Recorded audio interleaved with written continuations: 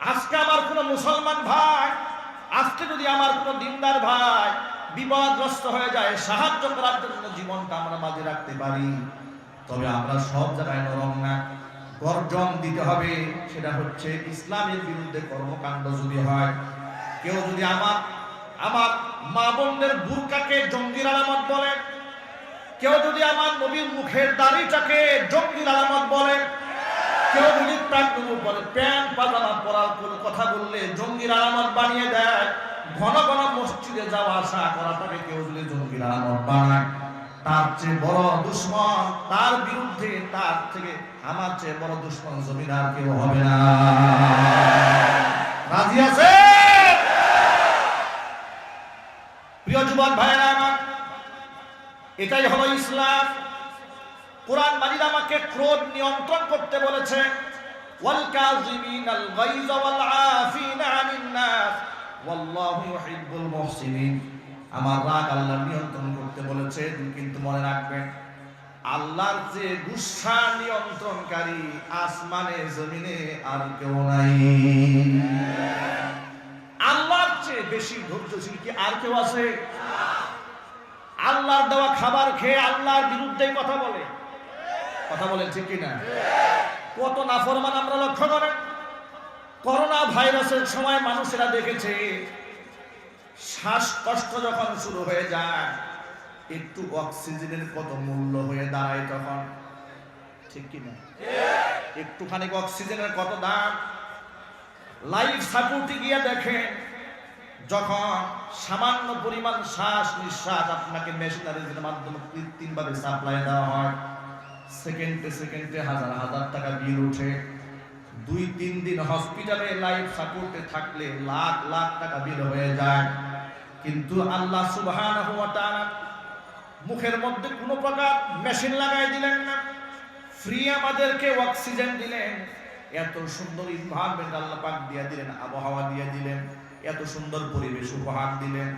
আল্লাহ দেওয়া সুস্থতার নিয়ামত নিয়ে আল্লাহর বিরুদ্ধে যখন মানুষ কথা বলে, আল্লাহর চেয়ে ধৈর্যশীল জমিনের মধ্যে আর কেউ নাই।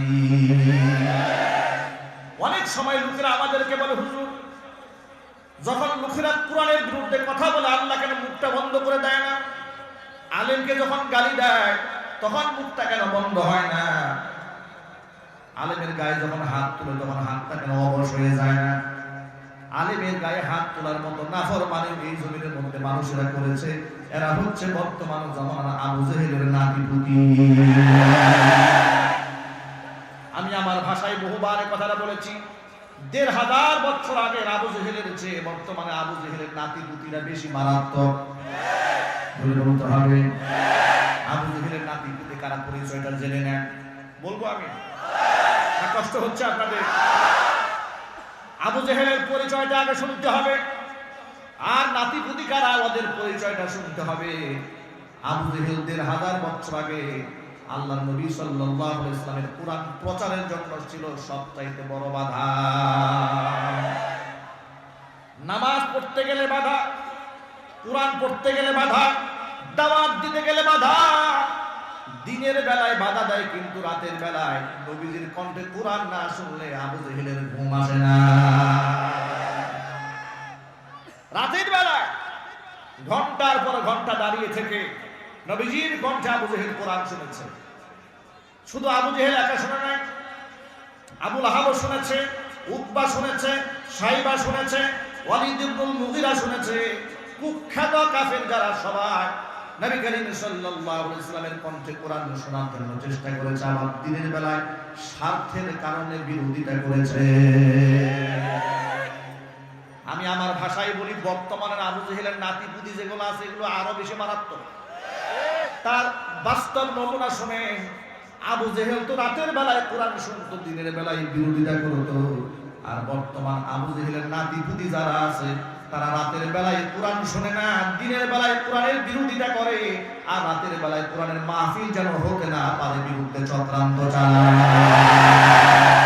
কথা বলতে হবে, ঠিক কিনা? মনে রাখবেন মুসলমান, 95% মুসলমানের দেশে কোরআনের আওয়াজকে বন্ধ করার ষড়যন্ত্র যে মুসলমান করবে, সামাজিক ভাবে তাকে ব্ল্যাক লিস্টে ফেলে দিয়ে সমাজ থেকে তাকে ঘাট ধাক্কা দিয়ে বের করে দিতে হবে।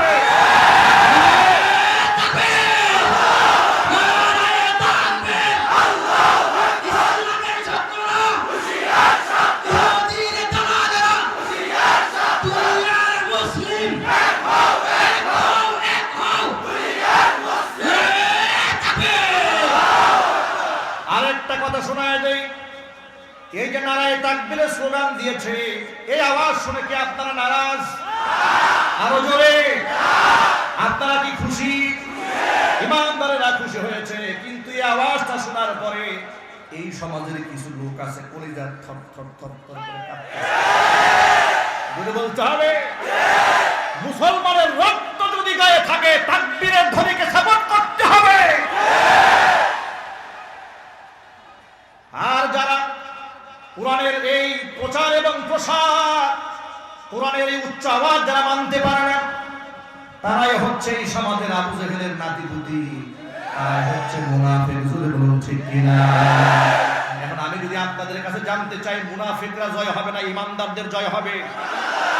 মুনাফিকদের হুঙ্কারে, মুনাফিকদের ষড়যন্ত্র যেখানে হবে রুখে দাঁড়াতে হবে। মুসলমান দাঁড়িয়ে আছেন, কারা দুহাত দেখতে চায়।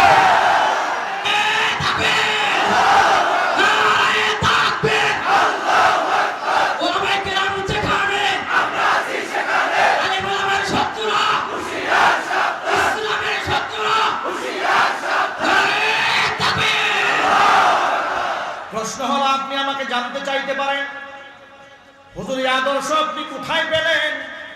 আমার নবীর আদর্শ তো এমন ছিল, নবী করিম সাল্লাল্লাহু আলাইহি সাল্লামকে লোকেরা কষ্ট দিয়েছে, হুজুর সবর করেছেন, ধৈর্য ধারণ করেছেন, গালমন্দ করেন নাই। কথা কোন ঠিক কিনা? তাহলে আপনারা তর্জন দেন কেন, গর্জন দেন করে? সেটাও আগের জবাবটা শুনে নেন। আল্লাহর নবী সাহাবায়ে কেরাম রাদিয়াল্লাহু তাআলা আনহুম আজমাইন সবর করেছেন, ধৈর্য ধারণ করেছেন। ব্যক্তিগত ব্যাপারে, ধর্মীয় ব্যাপারে কেউ ধৈর্য ধারণ করেন নাই। আল্লাহর নবী বদদুয়া করেন নাই, কিন্তু দ্বীনি স্বার্থে আঘাত লাগলে হুজুর বদদুয়া করে দিয়েছেন। লোকেরা তাইফে মেরেছে, নবীজি বদদুয়া করেন নাই। আল্লাহর হাবিবকে তিনটা জায়গায় পাথর মেরে রক্তাক্ত করে জমিনে ফালিয়ে দিয়েছে। হুজুরের রক্তে গায়ের সাথে, জুতাটা পায়ের সাথে লেগে গিয়েছে। জিবরিল আলাইহিস সালাতু ওয়াস সালাম চলে এসেছেন, ইয়া রাসূলুল্লাহ, আপনি যদি আমাকে সুযোগ দেন, পারমিশন দিয়ে দেন, এই বড় বড় পাহাড়গুলা দিয়ে ধাক্কা দিয়ে তায়ের পাশে আমি শেষ করে দেই। আল্লাহর নবী সাল্লাল্লাহু আলাইহি ওয়াসাল্লাম বলেছেন যে না, এরে জিবরিল, আজকে যদি এদেরকে শেষ করে দেওয়া হয়, এদেরকে যদি মেরে ফেলা হয়, তাহলে পরবর্তীতে কাদের কানে আমি পৌঁছায় দেব কালিমার দাওয়াত, লা ইলাহা ইল্লাল্লাহু মুহাম্মাদুর রাসূলুল্লাহ সাল্লাল্লাহু আলাইহি ওয়াসাল্লাম। আল্লাহর নবী তায়েফে বদদুয়া দিলেন না, উহুদে রক্তাক্ত হয়ে গেলেন, দান মুবারক শহীদ হয়ে গেল, বদদুয়া দেন নাই। কিন্তু খায়বারের যুদ্ধের সময়, পরীক্ষা খনন করার সময় আল্লাহর নবী সাল্লাল্লাহু আলাইহি ওয়াসাল্লামকে কাফেররা চতুর্দিক থেকে আক্রমণ করতে এসেছে। সালমান ফারসি বয়োবৃদ্ধ সাহাবীর পরামর্শে আল্লাহর নবী পরীক্ষা খনন করলেন, টানেল পরীক্ষা খনন করলেন, খন্দক খনন করলেন। খন্দক খনন করতে গিয়া বিশ্বনবী সাল্লাল্লাহু আলাইহি সাল্লামের 4 ওয়াক্ত নামাজ কাজা হয়ে গিয়েছিল। কয় ওয়াক্ত? আরো জোরে। 4 ওয়াক্ত নামাজ কাজা হয়ে যাওয়ার পর আল্লাহর হাবিব সাল্লাল্লাহু আলাইহি সাল্লাম দু চোখের পানি ছেড়ে কেঁদেছেন আর বলেছেন, রব্বুল আলামিন, যে কুফফারদের ষড়যন্ত্রের কারণে আমার মনিবের সিজদা দেওয়া থেকে আমি মাহরুম হয়ে গেছি। আমার রবকে আমি সিজদা দিতে পারি নাই, যেই সিজদা আমার কাছে সবচেয়ে আপন, আমি আমার মনিবকে সিজদা দিতে পারলাম না। যাদের চক্রান্তের কারণে আজকে আমি সিজদা দিতে পারি নাই, রব্বুল আলামিন একটা ধর্মার গজব দিয়ে আমাকে ধ্বংস করে দিবা। ভাইরা আমার, হাদিসে কুদসির মধ্যে এসেছে, আল্লাহর হাবিবের এই ত্যাগ আর কুরবানি আল্লাহর কাছে কোন পর্যন্ত পৌঁছায় গেছে। হাদিসে কুদসির মধ্যে এসেছে, নবীজিকে আল্লাহ পাক ডাক দিয়ে বলেছেন, হাবিব, কদ্দামতা হাক্কি আলা হাক্কিকা, আমার হককে আপনি আপনার হকের উপর প্রাধান্য দিয়েছেন। আপনি মার খেয়েছেন, বদদুয়া করেন নাই, দেশ ছেড়েছেন, বদদুয়া করেন নাই, উহুদে রক্তাক্ত হলেন, বদদুয়া করলেন না, আজকে আমাকে সিজদা করতে পারলেন না, যাদের কারণে সিজদা দিতে পারেন নাই তাদের জন্য বদদুয়া করেছেন, আমার হককে আপনি প্রাধান্য দিয়েছেন। হাবিব আমার শুনে রাখেন, আজকের পর থেকে ফাকদ্দামতু হাক্কাকা আলা হাক্কি, আমার হকের উপর আপনাকে আমি প্রাধান্য দিয়ে দিলাম।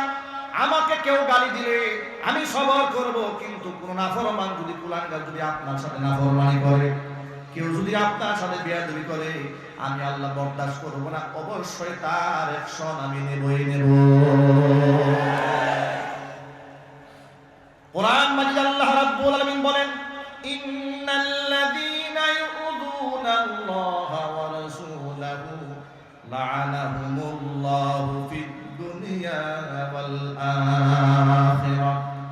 কেউ যদি আমি আল্লাহ আমার রাসূলকে যদি কেউ কষ্ট দেয়, জমিনেও তাদের জন্য লানত, আখিরাতেও লানত। বাস্তবতা দুনিয়াবাসী বহুবার দেখেছে। উতবা সাইবা কষ্ট দিয়েছে, আল্লাহর নবী সাল্লাল্লাহু আলাইহি সাল্লামকে উকবা ইবনে আবি মুয়াইত হুজুরকে কষ্ট দিয়েছে, উবাই ইবনে খালফ কষ্ট দিয়েছে, উমাই ইবনে খালফ কষ্ট দিয়েছে। যারা হুজুরকে কষ্ট দিয়েছে, বদদুয়া দিয়েছে, তাদেরকে আল্লাহ পাক গজব দিয়ে ধ্বংস করেছেন। আবু লাহাব নবীজিকে বদদুয়া দিয়েছে, নবীজি সবর করেছেন, বদদুয়া করেন না। আবু লাহাব আল্লাহর হাবিবকে ডাক দিয়ে বলেছেন, তাব্বান লাকা ইয়া মুহাম্মদ বিহাদা দাউতানা। ও মুহাম্মদ, সাত সকালে কালিমার দাওয়াত দেওয়ার জন্য দাওয়াত দিয়েছো, ডাক দিয়েছো আমাদেরকে, ধ্বংস তুমি, ধিক্কার তোমার জন্য। এই কথা বলে ক্ষান্ত হয় নাই, দুহাত দিয়ে পাথর তুলেছে হুজুরকে মারার জন্য। নবী সবর করলেন, কিন্তু আহকামুল হাকিমিন আল্লাহ এই ব্যাপারে সবর করেন নাই। আল্লাহ সুবহানাহু ওয়া তাআলা জানালেন, হাবিব যেই হাত দিয়া পাথর উঁচা করেছে আপনাকে মারার জন্য, আপনি শুনে রাখেন, শুনে রাখুন, বিশ্ববাসী শুনে রাখুন, তাব্বাত ইয়াদা আবি লাহাবি ওয়া তাব্বা মা আগনা আনহু মালুহু ওয়া মা কাসাব সায়াসলা নারান যাতা লাহাবিন ওয়া ইমরাআতুহু হাম্মালাতাল হাতাব ফি জিদিহা হাবলুম মিন মাসাদ। নবীজি আপনি ধ্বংস হবেন না। তাব্বাত ইয়াদা আবি লাহাব, যে হাত দিয়া পাথর উঁচা করেছে আপনাকে মারার জন্য, ওই হাত দুটা ধ্বংস হয়ে যাবে। ও তাব্বা, সে নিজেও ধ্বংস হবে। মা আগনা আনহু মালুহু ওয়া মা কাসাব, তার সম্পদ তার কোনো ফায়দায় আসবে না, কাজে আসবে না। তার সন্তান সন্ততি তার কোনো উপকারে আসবে না। সায়াসলা নারান যাতা লাহাব, অবশ্যই সে অগ্নিস্ফুলিঙ্গের মধ্যে ঢুকবে, অবশ্যই সে জাহান্নামের মধ্যে নিক্ষিপ্ত হবে। সে একা না, ওয়ামরাআতুহু, তার স্ত্রী সহ জাহান্নামের আগুনের মধ্যে ঢুকবে। হাম্মালাতাল হাতাব, যে সব সময় আপনাকে সমালোচনা করেছে, আপনার বিরুদ্ধে কুচ্ছারণা করেছে, আপনাকে মারার জন্য বারংবার চেষ্টা করেছে, স্ত্রী সহ ধ্বংস হয়ে যাবে। ভাইরা আমার, এই কথাটা দ্বারা আমি পুরো কিচ্ছা আপনাদেরকে শোনানো আমার উদ্দেশ্য নয়। আমি শুধু বোঝাতে চাই, আল্লাহর যে ধৈর্যশীল কি আসমান জমিনে কেউ আছে? আরো জোরে বলেন। আল্লাহ সুবহানাহু ওয়া তাআলার সামনে লোকেরা সুদের ব্যবসা করে, ঘুষের ব্যবসা করে, কথা কোন ঠিক কিনা? মিথ্যা কথা বলে, গাল মন্দ করে, কত অন্যায় মানুষেরা করে। আল্লাহ পাক যদি আমাদের মতো মেজাজি হতেন, এই পৃথিবী একটা সেকেন্ড তো টিকতো না, আল্লাহ ধ্বংস করে দিতে। কিন্তু আল্লাহ নবী সাল্লাল্লাহু আলাইহি ওয়াসাল্লামের সাথে নাফরমানি হয়েছে, আল্লাহ পাক এই ক্ষেত্রে সবর করার ইন্তকাম নিয়েছেন। সাহাবায়ে কেরামের মধ্যে সবচেয়ে সবরকারী, ধৈর্যশীল সাহাবী ছিলেন হযরত আবু বকর সিদ্দিক রাদিয়াল্লাহু তাআলা আনহু।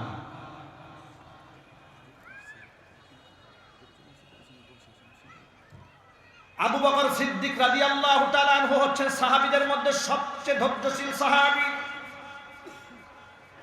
মদিনার রাস্তা দিয়ে হেঁটে যাওয়ার সময় আবু বকর সিদ্দিক রাদিয়াল্লাহু তাআলা আনহুকে শুনিয়ে ইহুদি পণ্ডিত ফানহাস আল্লাহকে ফকির বলে গালি দিয়া বলে, মুহাম্মদ সাল্লাল্লাহু আলাইহি সাল্লাম যে আল্লাহর দিকে ডাকে সে আল্লাহ হলো ফকির, আমরা হলাম গরীব। অতএব সে আল্লাহর কোনো প্রয়োজন আমাদের নাই। এই ইহুদি আল্লাহকে ফকির বলল কেন শোনেন, কোরআনে কারীমের আয়াত নাযিল হয়েছে, মান যাল্লাযী ইউকরিদুল্লাহ কারদান হাসানান ফায়ুদাইফাহু লাহু আদআফান কাসীরা। কোন ব্যক্তি আছে আমি আল্লাহকে করজে হাসানা দেবে, আমি আল্লাহ তাকে বহুগুণ বাড়ায় দেব। এই আয়াতটা নাজিল হয়েছে, আল্লাহ পাক বুঝাতে চেয়েছিলেন গরিবদেরকে যদি কেউ করজ দেয়, দান করে, সাহায্য করে, তাকে আমি আল্লাহ বাড়ায় দেব। ইহুদিরা এই আয়াতটাকে তুচ্ছ-তাচ্ছিল্য করে বলে মুহাম্মদ সাল্লাল্লাহু আলাইহি ওয়াসাল্লাম যে আল্লাহর দিকে ডাকে ওই আল্লাহ আমাদের কাছে টাকা খরচ না, আল্লাহ ফকির হয়ে গেছে, আমরা ধনী হয়ে গেছি। আল্লাহকে ফকির বলেছে। এ কথা আবু বকরের কানে আসার সাথে সাথে এত ধৈর্য ছিল সাহাবী, নিজেকে নিয়ন্ত্রণ করতে পারেন নাই, কষে গালের মধ্যে থাপ্পড় বসাই দিয়েছে। হযরত আবু বকর সিদ্দিক রাদিয়াল্লাহু তাআলা আনহু থাপ্পড় খেয়ে ফানহাস মুহাম্মদ সাল্লাল্লাহু আলাইহি ওয়াসাল্লামের কাছে গিয়ে নালিশ করলো, মুহাম্মদ বিচার নিয়ে এলাম আপনার কাছে। কার নামে বিচার? আবু বকরের নামে বিচার। আবু বকর আমার গালে হাত তুলেছে, তাকায় দেখেন গালটা লাল বানিয়ে ফেলেছে। আল্লাহ নবী সাল্লাল্লাহু আলাইহি ওয়াসাল্লাম জিজ্ঞেস করলেন, আবু বকর আপনি কেন তাকে থাপ্পড় মারলেন? আপনি তো মারার সাহাবী নন। আবু বকর বলেন, নবীজি লোকটা যদি আমাকে গালমন্দ করতো মারতাম না, কিন্তু আমাকে শুনিয়ে শুনিয়ে আমার আল্লাহকে ফকির বলে গালি দিয়েছে। জিজ্ঞেস করলেন, ফানহাস তুমি কি সত্যি আল্লাহকে গালি দিয়েছো? বলে না, আবু বকর আমার নামে মিথ্যা বানিয়ে বলছে, হিংসা বশবর্তী হয়ে আমাকে আক্রমণ করেছে। যদি বলেন নাউজুবিল্লাহ। ভাইরা আমার, আপনারা বলেন হযরত আবু বকর কি মিথ্যা কথা বলবেন? তিনি মিথ্যা বলার সাহাবী, কিন্তু ডিমান্ড করে ফেলেছে কাফের। আবু বকর মিথ্যা বলছেন। আবু বকরকে নবীজি ডাক দিয়ে বলেন, আবু বকর আপনি যে ওই লোকটা যে আল্লাহকে ফকির বলে গালি দিয়েছে প্রমাণ দেন। থাপ্পড় যে আপনি দিয়েছেন সাক্ষী তো আপনি নিজেই, কিন্তু সে যে আল্লাহকে ফকির বলে গালি দিয়েছে প্রমাণ দেন, সাক্ষ্য দেন। আবু বকর বলেন, নবীজি আমার পক্ষে সাক্ষী কে দেবে? কারণ যেখানে তাকে থাপ্পড় মেরেছি আশেপাশে যারা ছিল সবগুলো ইহুদি, ইহুদিরা তো আমার পক্ষে সাক্ষী দেবে না। আল্লাহ নবী সাল্লাল্লাহু আলাইহি ওয়াসাল্লাম বারংবার আকাশের দিকে তাকাচ্ছিলেন, আল্লাহর পক্ষ থেকে কোনো ফয়সালা আসে কিনা। তার কারণটা শুনে, যদি সাক্ষী প্রমাণ করতে না পারে তাহলে রায়টা বড় কঠিন রায় হয়ে যাবে। রায়টা হলো, যেভাবে একটা থাপ্পড় আবু বকর আপনি ফানহাসের গালে উঠিয়ে দিয়েছেন, ফানহাসও হুবহু একটা থাপ্পড় আবু বকরের গালে উঠিয়ে দেবে। আমার ভাইয়েরা, আমি আপনাদের কাছে জানতে চাই, হযরতে আবু বকর এই কাফের গালে থাপ্পড় মারলে নিজের সম্মান রক্ষা করার জন্য নাকি আল্লাহ? আরো জোরে, কার জন্য মারলেন? হাত তুলেছেন তো আল্লাহর জন্য তুলেছেন, নিজের জন্য তুলেন না। এই জন্য আল্লাহ সুবহানাহু ওয়া তাআলা তার ব্যাপারটা কিভাবে মূল্যায়ন করলেন দেখেন। নবীজি বারবার আকাশের দিকে তাকান, কি সিদ্ধান্ত দেবেন ভেবে পাচ্ছেন না। এমন সময় জিবরিল আলাইহিস সালাতু ওয়াস সালাম চলে আসলেন, নবীজি আপনি তাড়াহুড়ো করবেন না। আবু বকরের পক্ষে সাক্ষী জমিনের কোনো মানুষ যদিও না হয়, আবু বকরের পক্ষে সাক্ষী স্বয়ং আল্লাহ নিজে হয়ে গেছে। কোরআন মাজিদের আয়াত নাযিল হয়েছে, লাকাদ সামিআল্লাহু কাওলাল্লাযীনা ক্বালু ইন্নাল্লাহা ফাকীরুন ওয়া নাহনু আগনিয়া। অবশ্যই অবশ্যই আমি আল্লাহ শুনেছি যারা আমাকে ফকির বলেছে, যারা বলেছে ইন্নাল্লাহা ফাকীরুন, নিশ্চয় আল্লাহ ফকির, ওয়া নাহনু আগনিয়া, আমরা হলাম ধনী। এই কথাটা আমি আল্লাহ শুনেছি। জোরে জোরে বলেন সুবহানাল্লাহ। এই আয়াত থেকে প্রমাণ হয়ে যায়, যদি আমাদেরকে দিনের স্বার্থে হাত তুলতে হয়, হাত তুলতেও রাজি আছি, কিন্তু আল্লাহ, রাসূল, কোরআন, সুন্নাহ, মসজিদ, মাদ্রাসা কিংবা ইসলামের পতাকার মানহানি আমরা জমিনের মধ্যে হতে দেব না। রাজি আছেন কারা কারা? আমি দুহাত দেখতে চাই।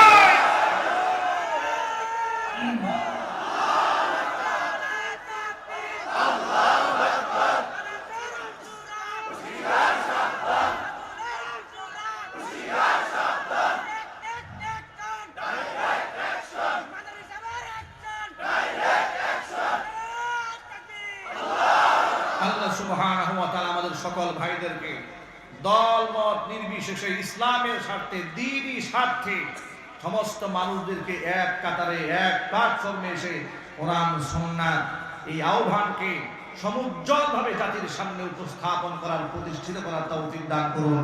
সকলের জন্য আল্লাহুম্মা আমিন।